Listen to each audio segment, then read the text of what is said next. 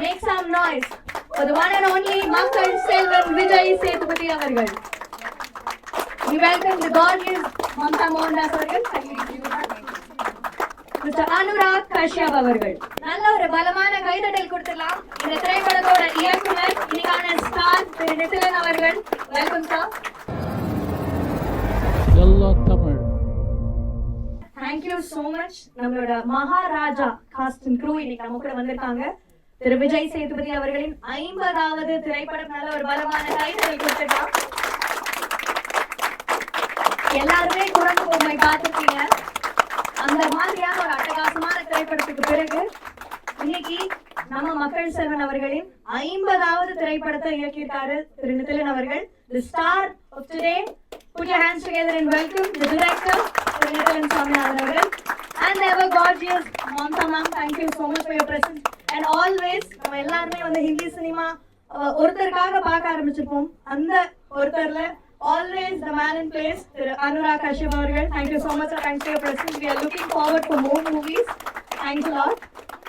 So இப்போ டைரக்டா we'll go for the questions. இவ்வளவு படங்கள் சீரிஸ்க்கு அப்புறமா இந்த படத்துல நிதிலன் சார் கிட்ட நீங்க என்ன புதுசா லேர்ன் பண்ணீங்க and அவர்கிட்ட ரொம்ப பிடிச்ச விஷயம் என்ன? உங்களுக்கு அதே क्वेश्चन சார். இவ்வளவு எக்ஸ்பீரியன்ஸ் உள்ள விஜய் சார்ட்ட நீங்க என்ன லேர்ன் பண்ணீங்க and அவர்கிட்ட உங்களுக்கு ரொம்ப கம்ஃபர்ட்டபிளா ஃபீல் ஆன விஷயம்?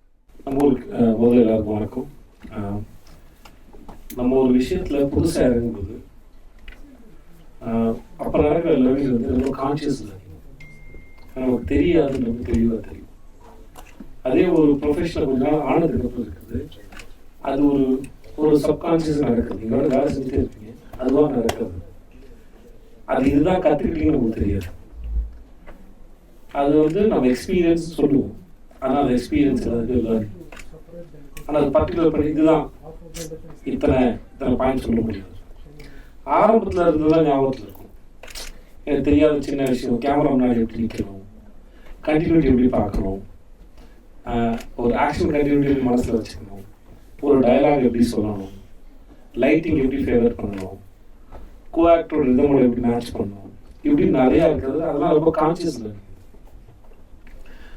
கதைகளை படிக்கிறது எப்படி, ஒரு சீன் டிஸ்கிரிப்ஷனாக என்னது, மூட்னா என்னது, ஒரு சீன் எங்கே நடக்குது, ஒவ்வொரு சீனும் ஒரு டைரக்டர் எப்படி எக்ஸிக்யூட் பண்ணுறாங்க, நம்ம நடிக்கும் போது மனசில் என்ன உணர்றோம், அவன் உணர்ந்தது முகத்தில் எவ்வளோ தெரியுது, இப்படின்னு நிறையா இருக்குது. இது ஒரு ஸ்டேஜஸாக ஒன்றுனா புரியும். இந்த மாதிரி ஒவ்வொரு தொழிலுக்கும் இருக்கும். இப்போ நான் மூட்டை தூக்குறேன், இல்லை ஏதோ டெலிவரி பாயாக இருக்கிறேன், இல்லை ஷெஃபாக இருக்கிறேன்னா கொஞ்சம் கொஞ்சமாக கற்றுப்போம் இல்லையா. எதுக்குள்ள சுடுறதோ சுடாமல் இருக்குது எப்படி, ட்ரெஸ்ஸில் அழுப்படாமல் இருக்குது எப்படி, இம்ப்ரெஸ் பண்ணுறது எப்படி, ஒரே டேஸ்ட் மெயின்டைன் பண்ணுறது எப்படி, நிறையா இருக்கும். அந்த மாதிரி இதெல்லாம் ஒரு கெரியரை ஒரு ப்ரொஃபஷனை வந்து ஃபர்ஸ்ட் அப்ரோச் பண்ணும்போது ரொம்ப கான்சியஸாக லேர்ன் பண்ணுறது. பட் அதுலேயே நீங்கள் ரொம்ப நாள் இருந்தது இப்போ நிறைய பேர் கிடைக்கிற எக்ஸ்பீரியன்ஸ் மூலமாக லேர்ன் பண்ணுறீங்க. அது சப்கான்ஷியஸ் நடந்துகிட்டே இருக்கும். அதுக்கு நம்ம அடாப்டபுளாக இருக்கணும். நம்ம வந்து எனக்கு தெரியும்னு நினச்சிட்டு ஒரு செட்டுக்கு போனால் அங்கே வந்து சர்வே ஆகிறது கஷ்டம். நம்ம எல்லாத்தையும் கழட்டி வச்சுட்டு இங்கே போகிறேன், இதுக்காக புதுசு இவரை சந்திக்க போகிறேன், அவர் என்ன சொல்ல வராரோ அதை நான் கேட்க போகிறேன் அப்படின்னு அதுக்கு ரெடி ஆகிட்டு போகணும். முக்கியமாக காதை ஓப்பன் பண்ணிட்டு போகணும், வாயை க்ளோஸ் பண்ணிட்டு. ஸோ அதனால் so that you learn more. That's what I believe.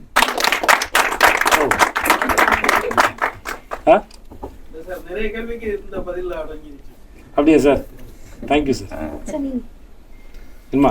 என்ன ஒருத்தர் பாராட்டினாரு, ஒரு 10 செகண்ட் நீங்களாவது சொல்லணும். அதை பதில் நல்லா இருந்ததுன்னா அது நீங்கள் சொல்ல, ஒரு பெரிய மனுஷன் சொல்லியிருக்காரு. ரொம்ப நன்றி சார். எதில் நீங்கள் நேரத்தை மிச்சம் பண்ணுறீங்கன்னு சொல்லுங்களேன். இல்லை இல்லை இது மனப்பாடம் பண்ணி இல்லை உங்கள் ரெக்கமெண்டேஷன் எதிர்பார்க்குறேன். அவர் பண்ணதை நீங்கள் கட் பண்ணாமல் இருந்தால் போதுமானது. நீங்கள் பேசுங்க மிஸ்டர். எல்லாருக்கும் வணக்கங்க. என்ன கொஸ்டின்? இல்லை இப்போ விஜய் சேதுபதி உங்ககிட்ட என்ன கற்றுக்கிட்டாருன்னு கேட்டாங்க. சரி, அதே மாதிரி 50 படம் பண்ண விஜய் சேதுபதிக்கிட்ட குரங்கு பொம்மை பண்ண நீங்கள் என்ன கற்றுக்கிட்டீங்க? நிறைய கற்றுக்கிட்டேன். நிறைய நிறைய நிறைய இருக்கு. இந்த விஷயம் தான் பர்டிகுலராக சொல்லிட்டு ஒரு விஷயம் ரொம்ப ரொம்ப முக்கியமான விஷயமா இருக்குது. எனக்கு மட்டும் இல்லை, சில சினிமா மேக்கர்களுக்கு தேவைப்படுதுன்னு நினைக்கலாம். எல்லாருக்கும் இல்லை, சில பேருக்கு தேவைப்படலான்னு தோணுது. எனக்கு ஒரு நடிகர் வந்து நடிக்கும்போது எனக்கு இப்படி தான் நடக்கணும், இப்படி தான் திரும்பணும், இது மட்டும் தான் பேசணும், அது இந்த மீட்டர் தான் பேசணும், அப்படி ரொம்ப இருக்கணுன்ற எண்ணம் முன்னாடி இருந்தது. இப்படி தான் அதான் டைரக்ஷன் அப்படின்னு. ஆனால் அண்ணன்கிட்ட வந்திருப்பது தான் தெரியுது, அது வந்து எனக்கு விஷயத்த நான் கொடுப்பேன். எனக்கு ஒன்று அவர் ஒன்று கொடுப்பாரு, அப்போ நம்ம நினச்சிட்டு போல இந்த மாரி வேணும், அதுலேருந்து வேற ஒரு லெவல் போக ஆரம்பிச்சது. அப்போது ஃப்ரீயாக கூட விட்டுருணும்.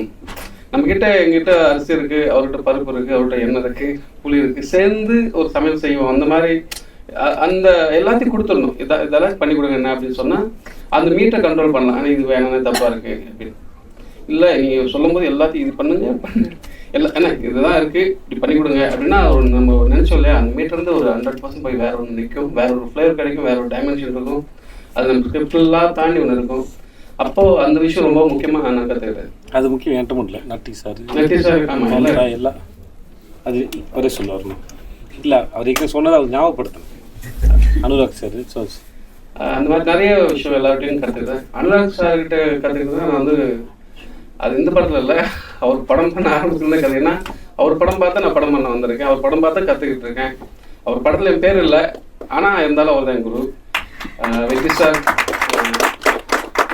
என் குரு, சார் குரு, நிறைய குருவர்கள் இருக்காங்க. அதனால் வந்து நிறைய கற்றுக்கிட்டு தான் இருக்கேன். தேங்க்யூ.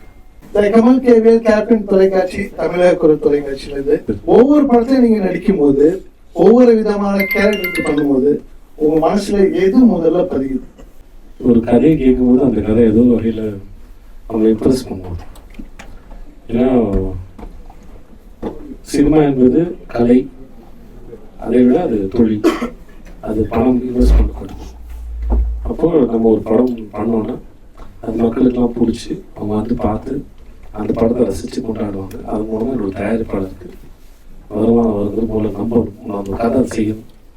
அப்புறம் மக்களுக்கு பிடிக்கிற படம்னா மக்கள் இன்னைக்கு அவங்களோட எத்திக்ஸ், லைஃபோட எத்திக்ஸ் என்ன, எதை ஏற்றுப்பாங்க, எது அவங்களுக்கு பிடிச்சது, எது பிடிக்காது, எதை சொல்லணும், எதை சொல்லக்கூடாது அப்படி நமக்கு ஒரு பேசிக்காக ஒரு சென்ஸ் இருக்கும். நம்ம வீடு தானே, எல்லாரும் நம்ம வீட்டில் எப்படி இருக்கும், ஒரு குடும்பம் இருக்கும், அது எல்லாருக்கும் ஒரு குடும்பம் இருக்குது. அந்த குடும்பங்கள் சேர்ந்து தான் சொசைட்டி இல்லையா. ஸோ நமக்குண்டான எத்திக்ஸு, நமக்குண்டான லாஜிக்ஸு, நமக்குண்டான சென்சிபிலிட்டி, நமக்குண்டான எமோஷன்ஸ் நம்மளை அதை தொடும்போது நம்மளை சார்ந்த மக்களுக்கும் அதை தொடு நாங்கள் நம்புகிறோம். இப்போ உலகத்தில் எந்த மொழியில் எந்த படம் எடுத்தாலும் அதோட எமோஷன்ஸ் அவங்களை தொடுது இல்லையா. அதான் அதே மாதிரி இல்லைங்கிற எமோஷன்ஸ் மக்களை தொடரும், அவங்க ஏற்றுக்கிற மாதிரி இருக்கும், முகம் சொல்லிக்கிற மாதிரி இருக்கக்கூடாது, திணிக்கக்கூடாது. இது என்னுடைய ஒப்பீனியன். சில கதைகள் வந்து ஒரு 2% வந்து ஒரு 3% மக்களுக்கு கனெக்ட் ஆகலாம், மிச்சம் ஒரு 90% மக்களுக்கு கனெக்ட் ஆகாமல் போகலாம். அப்படி பண்ணுற ரொம்ப ரிஸ்க். ஸோ எல்லாரையும் கன்வின்ஸ் பண்ணுற மாதிரி அந்த கதை இருக்கும். அட்லீஸ்ட் ஒரு 70-80% கன்வின்ஸ் பண்ணணும் அந்த கதை. ஸோ இதெல்லாம் இருக்குதான்னு பார்த்துட்டு அப்புறம் அந்த கதையை டைரக்டர் எந்த மாதிரி சொல்ல விரும்புகிறாரு, என்ன மூடில் சொல்ல விரும்புகிறாங்க, எந்த இடத்துல பொசிஷன் பண்ணுறாங்க, அதை பார்த்து அதை புரிஞ்சுட்டு முடிஞ்ச அளவுக்கு அதை கம்யூனிகேட் பண்ண ட்ரை பண்ணுறோம். உங்களுக்கு ட்ரை நாங்கள் ஒரு முறை அச்சீவ் பண்ணுற மாதிரிலாம் தெரியாது, கன்ஃபியூஷன்ஸ் மட்டும்தான் இருக்கும், கிளாரிட்டிலாம் இருக்காது. ஏன்னா நானாக இருக்கும்போது கன்ஃபியூஷன்ஸ் இருக்குது, எனக்கு தெரியாது வேற ஒரு கதாபாத்திரம் மாறும்போது கிளாரிட்டிலாம் இருக்காது. இந்த மாதிரி இருக்கலாம். ஒரு இருட்டில் ஒரு யானை தடையை பார்த்து யானை தெரியாத ஒருத்தன் வாழை பிடிச்சி பார்த்து ஒன்று சொல்லலாம், காலை பிடிச்சி பார்த்து ஒன்று சொல்லலாம், துணியை பிடிச்சி பார்த்து ஒன்று சொல்லலாம். இந்த மாதிரி ஒரு கற்பனையில் ஒரு கதாபாத்திரத்தை பிடிக்கும். அது நீங்கள் எவ்வளோ தூரம் புரிஞ்சுக்கிறீங்களோ நாங்கள் எவ்வளோ எக்ஸ்போஸ் பண்ணுவோம். ஒரு குத்து மதிப்பு ஒரு கணக்கில் போடுறோம் சார். நன்றி சார். இந்த கேரக்டருக்கு நீங்கள் வந்து விஜய் சேதுபதி சாரை வந்து செலக்ட் பண்ண காரணம் என்ன? இல்லை, அவர் பர்சனலாக ரொம்ப பிடிக்கும். ஒன்று நமக்கு ஒரு ஸ்கிரிப்ட் இருக்கு, அந்த ஸ்கிரிப்ட் ரொம்ப நல்லா வருது. ஆனால் வரும்போது இனிஷியலாக நமக்கு இவர் தான் நல்லா இருக்கும்னு தோணும், அப்புறம் வேணாம்னு தோணும். அது ஸ்கிரிப்ட் டெவலப் ஆகும்போது இவர் வேணும் அப்படின்னு தோணும். ஒரு பர்டிகுலர் டைமில் வந்ததுக்கப்புறம் ஸ்ட்ராங் இருக்கும், இவர் தான் செட் ஆவார் அப்படின்னு. அந்த மாதிரி செலக்ட் ஆனாங்க. அதை தாண்டி ரொம்ப பிடிச்ச ஆள். அதுக்கு முன்னாடி நான் ஒர்க் பண்ணணும்னு எனக்கு ஆசை இருந்தது, ஐடியா இருந்தது, நாளைக்கு டைமுக்கு அப்புறம். ஆனால் அது நமக்கு அப்ரோச் பண்ணுறதுல எங்கிட்ட இருக்கிற மிஸ்டேக்ஸு சில விஷயங்கள் இருந்தது. என்னால் அவர்கிட்ட இருக்கிறது கொஞ்சம் கஷ்டமாக இருந்தது. ஐ மீன் இன்எக்ஸ்பீரியன்ஸ், அனுபவம் கொஞ்சம் கம்மியாக இருந்தது. அதெல்லாம் சேர்த்துட்டு போனால் ஒர்க் ஆச்சு. Very nice to be back at the WAG in another press meet. It's first of all, it's really an honor to be a part of Sir's 50th film. I've been a huge fan of his work, his selection of characters. Besides all the other actors that I have worked with in my, my 18 years of my career, Sethu sir is someone whom I've always noticed picks roles which are very, very, very unique. Some of them really stand out, and they're can also be considered to be roles of risk. Might not necessarily work in the so-called commercial space which we conventionally see heroes accept. So I see him as a very, very respectable artist, and I think there's a part of his human aspect that seeps through his characters, which I have felt is very, very relatable and personable. So that trust in Sethu sir has always been there.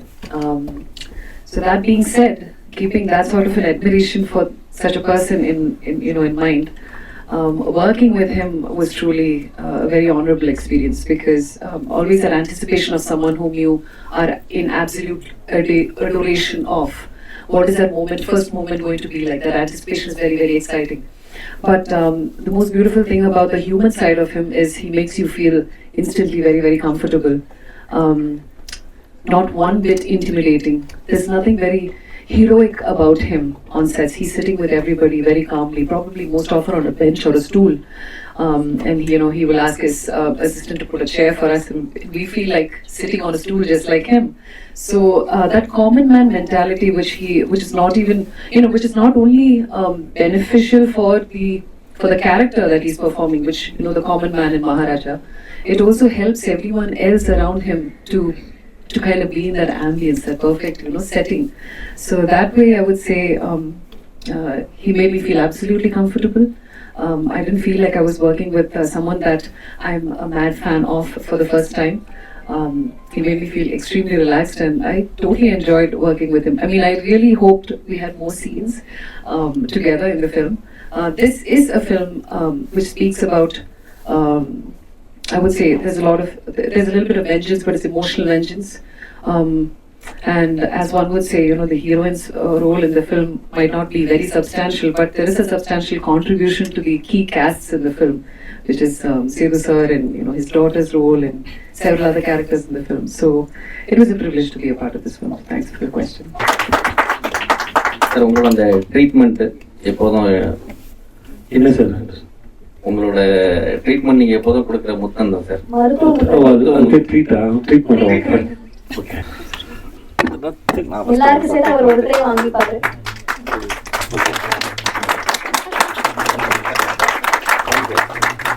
அவங்க கூட கொஞ்சம் பயந்துட்டேன் sir. வெளியூருக்கு வந்திருக்கோம்.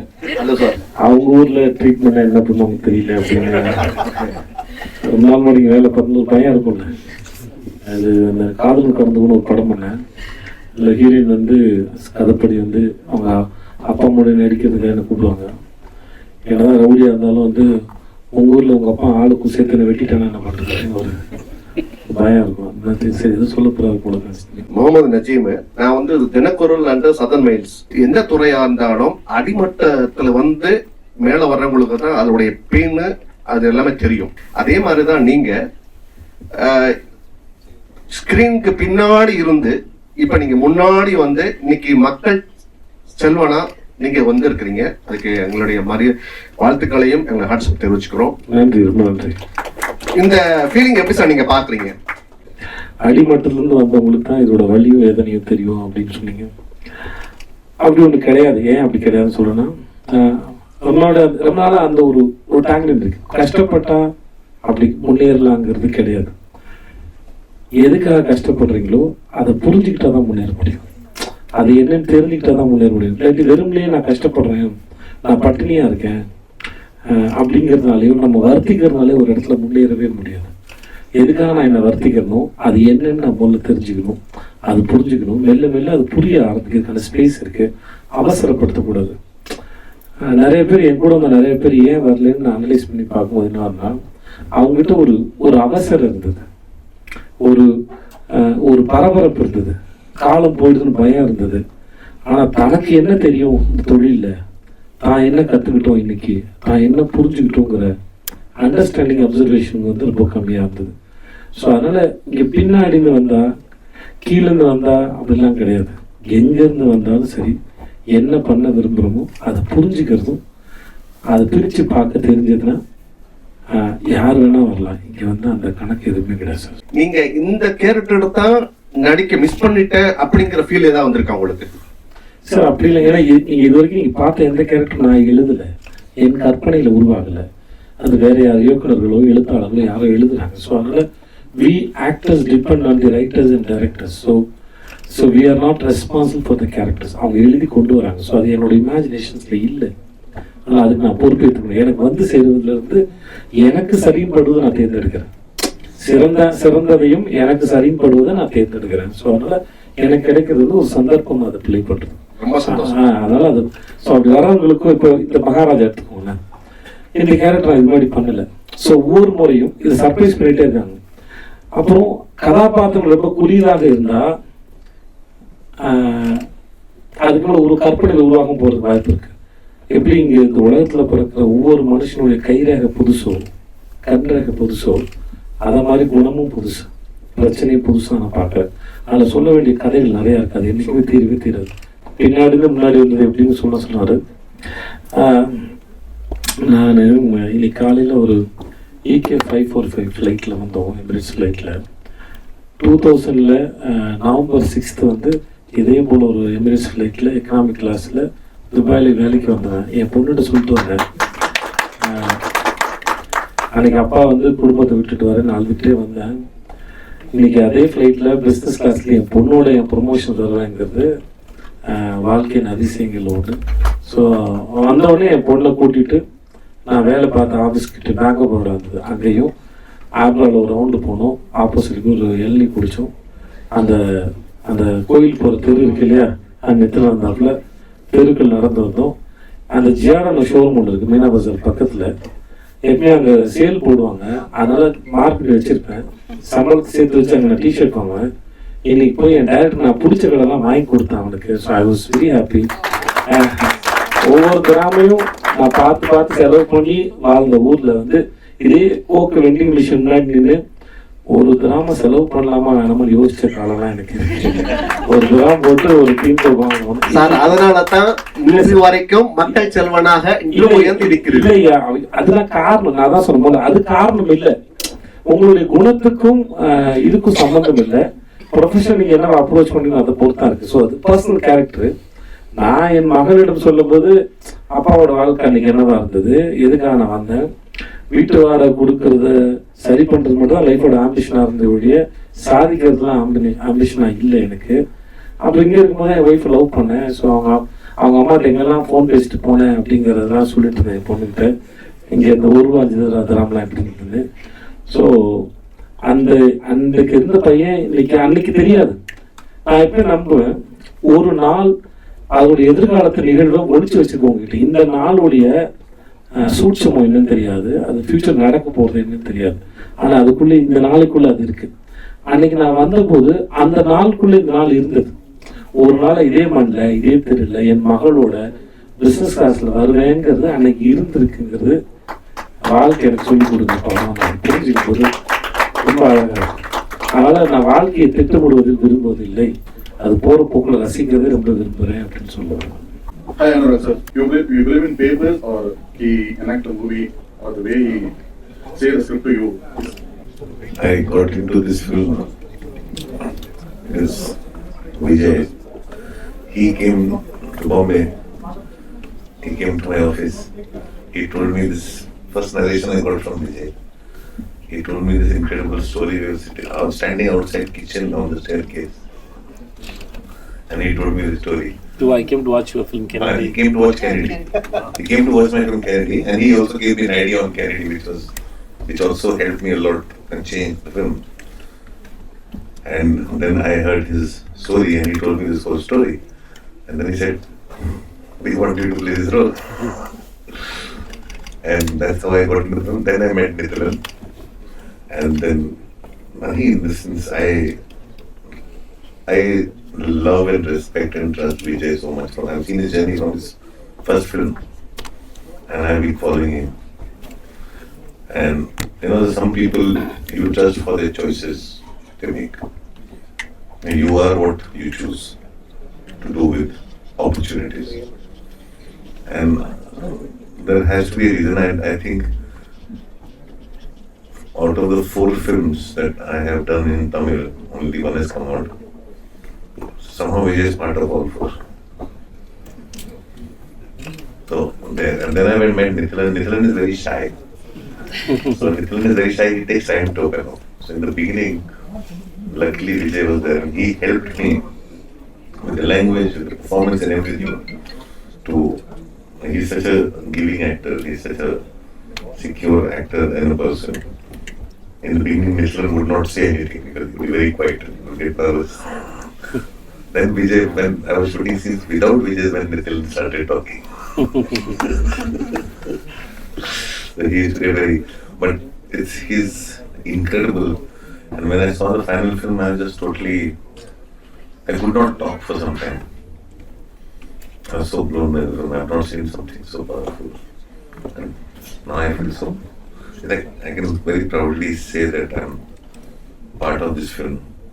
And I'm grateful to everybody who, whatever they did to bring me into this film. So just because of the trust he had on me, he came for me. And then I never been to Mumbai. 2016, first time I met him in Chennai, ITC Chola. So he's the one first approached me for a Hindi film.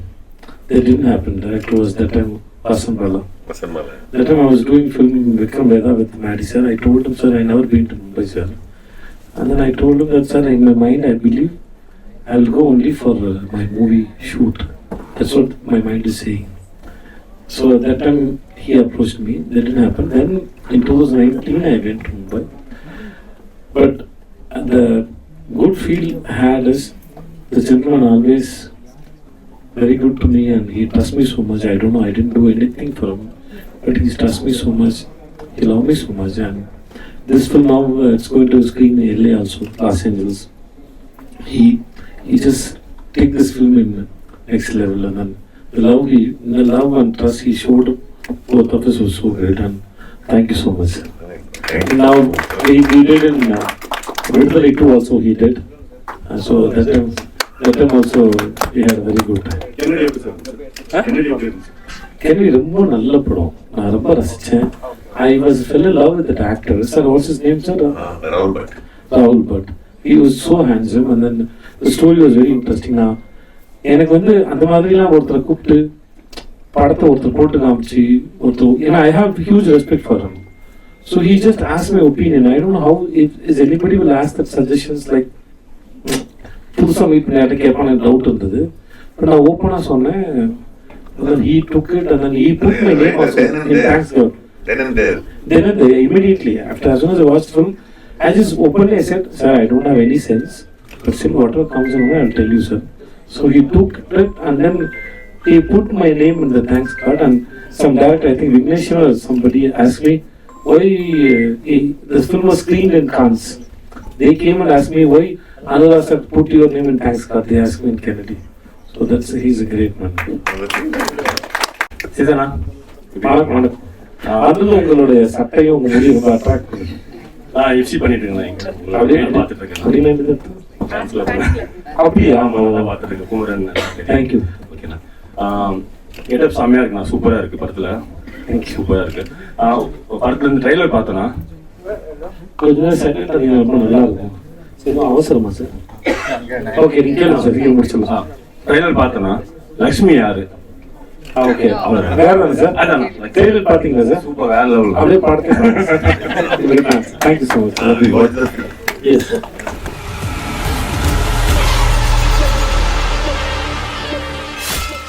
இந்த video உங்களுக்கு பிடிச்சிருந்துச்சுன்னா like பண்ணுங்க, share பண்ணுங்க and comment பண்ணுங்க. மேலும் எல்லா தமிழ் சேனலுக்கு subscribe பண்ணுங்க.